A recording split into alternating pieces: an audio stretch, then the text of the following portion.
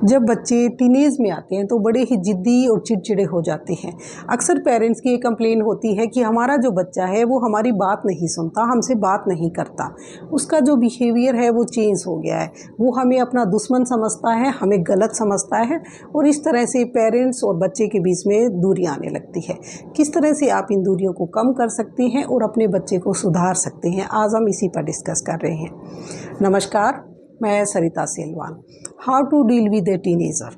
आप उससे कैसे डील करें, इससे पहले आपको ये जानना होगा कि वो ऐसा क्यों कर रहा है। वो ऐसा इसलिए कर रहा है कि उसके अंदर बहुत सारे हार्मोनल चेंजेस आ रहे हैं।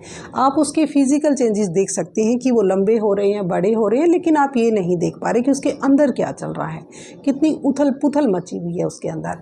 वो जो चीज़ें हैं वो हम समझ नहीं पा रहे और हमें लगता है कि वो हमें नहीं समझ रहा, हमारी बात नहीं मान रहा, वो तो अपने आप को ही नहीं समझ पा रहे हैं। उस चेंजेस की वजह से वो बहुत सारी बातें जो आपसे पूछ नहीं सकता, किसी से नहीं पूछते और उसके अंदर एक उथल पुथल मची हुई है। आपको उसे समझना होगा, बल्कि आप ये उम्मीद करें कि वो आपको समझे। और दूसरा कि उसका जो ब्रेन है वो पूरी तरह से अभी डेवलप नहीं हुआ है, वो एक छोटे बच्चे का ही है कि वो नहीं समझ सकता, उसमें लॉजिकली सोचना नहीं आया है अभी तक। उसके लॉजिक नहीं समझ में आते कि जैसे वो आपको बोलता है कि आपने क्या किया है मेरे लिए, या फिर बोलता है कि आप अच्छे पेरेंट्स नहीं हैं, तो आप चिढ़ जाते हैं, गुस्सा करते हैं, हाथ उठा देते हैं, तो इससे बच्चा और ज़्यादा चिढ़ता है। आपको ये बात सोचने की है कि अभी वो एक बच्चा है और जब वो बड़ा होगा तो वो अपने आप समझने लगेगा कि आप सही थे और ये जो बातें जो वो आज बोल रहा है वो सारी उम्र के लिए नहीं है। वो इस सिचुएशन में जब परेशान है तो वो ऐसा बोल देता है। इसीलिए आपको इस पर जिद नहीं करनी, पेशेंस बना कर रखना है। चाहे वो आपसे कुछ भी बोले, आपको शांत रहना है और बाद में समझाना है, क्योंकि जब वो गुस्से में है तो उसे कुछ समझ नहीं आएगा। बल्कि बड़ों को भी जब वो गुस्से में होते हैं तो कुछ समझ नहीं आता, तो आराम से उससे बाद में बात करिए। उसे फ्रीडम की ज़रूरत है कि वो बड़ा हो रहा है और पेरेंट्स बोलते हैं कि ये कपड़े पहनो, मैं तुम्हारे लिए ये कलर चूज़ करके लेके आई हूँ। तो जब मदर्स इस तरह की का बात करती है तो बच्चा चिढ़ जाता है। वो अपनी पसंद से कपड़े पहनना चाहते हैं, वो अपनी पसंद के फैशन करना चाहते हैं। तो आप एक लिमिट और एक रूल बना सकते हैं कि इस तरह के कपड़े आप पहन सकते हैं, अपने दोस्तों के साथ इतनी देर जा सकते हैं, आप शाम की 7 बजे से पहले घर आएंगे। आप रूल बना सकते हैं, लेकिन आप पूरी तरह से मत रोकिए उन्हें। और एक बात कि उन्हें प्राइवेसी की ज़रूरत होती है, क्योंकि वो बड़े हो रहे हैं, वो हर बात आपके साथ शेयर नहीं करना चाहते। आप जिद मत करें कि ये बात बताओ अपने दोस्त के साथ तुमने क्या बात की, वो सारी बातें आपको बिल्कुल नहीं बताएंगे। आप उनकी प्राइवेसी की रिस्पेक्ट करिए। अगर वो बाहर नहीं जाना चाहते, आपके साथ रिश्तेदारी में नहीं जाना चाहते, तो पेरेंट्स गुस्सा करते हैं। गुस्सा करने की बजाय आप उन्हें उनकी प्राइवेसी दीजिए, ताकि वो आपको भी रिस्पेक्ट दे सकें। तभी वो आपकी बात मानेंगे जब आप उनकी बात मानेंगे। और स्टडी को लेकर भी पेरेंट्स अक्सर बच्चों पर बहुत ज़्यादा चिल्लाते हैं, गुस्सा करते हैं, कंपैरिजन करते हैं। तो इस तरह की चीज़ों से बच्चा चिढ़ जाता है। और हमेशा ही कहा जाता है कि बच्चों का कंपैरिजन मत करिए, क्योंकि हर बच्चा अपने आप में यूनिक है। ज़रूरी नहीं है कि दूसरों का बच्चा जितना अच्छा है, इंटेलिजेंट है, आपका बच्चा भी ऐसा ही हो। कई चीज़ों में बच्चा आपका उनसे ज़्यादा अच्छा होगा और कई चीज़ों में पीछे भी हो सकता है। जो टीनेजर्स हैं वो ज़्यादा चिड़चिड़ इसलिए भी हो जाती हैं कि वो घर का माहौल जो है वो अगर टॉक्सिक है तो बच्चा उसी तरह से रिएक्ट करेगा, वो भी लड़ाई झगड़े करेगा, गुस्सा करेगा। आपको पहले अपने घर के माहौल को अच्छा करना होगा कि अगर आपके घर का माहौल अच्छा है तो बच्चा थोड़ा शांत भी रहेगा और आपके साथ बदतमीज़ी नहीं करेगा। अगर घर में बदतमीज़ी चलती है तो बच्चा भी उसी तरह से बात करेगा, उसी लैंग्वेज में आपसे बात करेगा। पेरेंटिंग जो है वो कभी भी इतनी मुश्किल नहीं थी।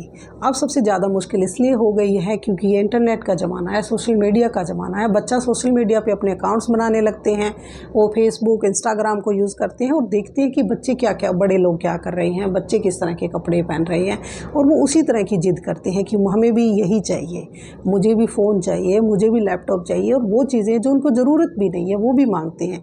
तो पेरेंट्स इससे बहुत परेशान हो जाते हैं, क्योंकि अगर नहीं दिलाएंगे तो वो बार बार जिद करेंगे, गुस्सा करेंगे। आपको उनका जो स्क्रीन टाइम है उसको फिक्स रखना होगा कि कितनी देर वो देख सकते हैं, और वो जब देख रहे होते हैं तो आपको बार बार ये चेक करना चाहिए कि वो क्या देख रहे हैं। खास करके मदर्स जो घर में होती हैं, उनको चाहे वो खाना देने के बहाने जाएं या कुछ पूछने के बहाने वो उनके रूम में जाएं और देखें कि वो क्या देख रहा है। इस एज में बच्चे के ऊपर नज़र को बनाए रखना बहुत ज़रूरी है। आप ये नहीं कह सकते कि मेरा बच्चा बहुत समझदार है, वो ऐसे गलत काम नहीं कर सकता, क्योंकि इस टाइम में बच्चों के ऊपर जो है वो फ्रेंड्स का बहुत असर होता है, वो उनके ज़्यादा करीब होते हैं, वो क्या कर रहे हैं, वो कौन सा गेम खेल रहे हैं, बच्चा उन्हीं को फॉलो करता है। इसीलिए कब बच्चा गलत राह पे चल निकलेगा आपको पता भी नहीं लगेगा। आपको एक नज़र हमेशा उनके ऊपर रखनी है। कई जो पेरेंट्स हैं वो हेलीकॉप्टर पेरेंट होते हैं कि वो हमेशा उनके ऊपर मंडराते रहेंगे, और दूसरे पेरेंट्स ऐसे हैं जो अपने बच्चों को इग्नोर करते हैं। वो बिज़ी रहते हैं अपने लाइफ में, अपने काम में या फिर फ़ोन में, वो जो टाइम नहीं देते। तो बच्चे कई बार अटेंशन लेने के लिए भी जिद करते हैं, झगड़ा करते हैं। वो चाहते हैं कि उनके पेरेंट्स उनकी बात सुने। वो आपके पास आएंगे, बताएंगे कि मम्मा स्कूल में क्या हुआ था, और मम्मा बोलेगी अभी जाओ, मैं बाद में सुनूंगी। और ये जो बात है वो बाद में आपको भी याद नहीं रहेगा और बच्चे भी बताने में इंटरेस्टेड नहीं होगा, क्योंकि उसे लगेगा कि वो अभी भी नहीं सुनने वाले हैं।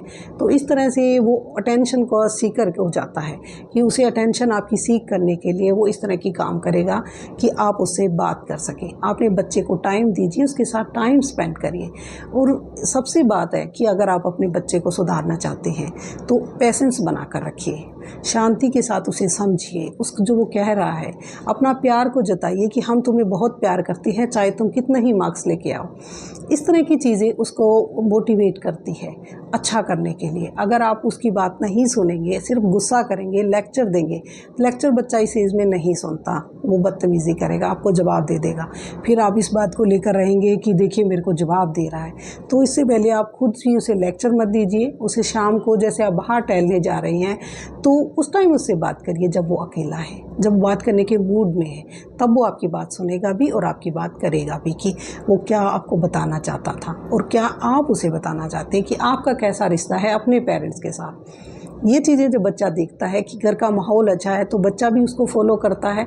और दूसरा कि आपका अपने पेरेंट्स के साथ कैसा रिलेशनशिप है, उससे भी बच्चे पर असर पड़ता है कि हमारे घर में कितनी पेरेंट्स को रिस्पेक्ट दी जाती है। उसी हिसाब से बच्चा भी रिस्पेक्ट देगा आपको।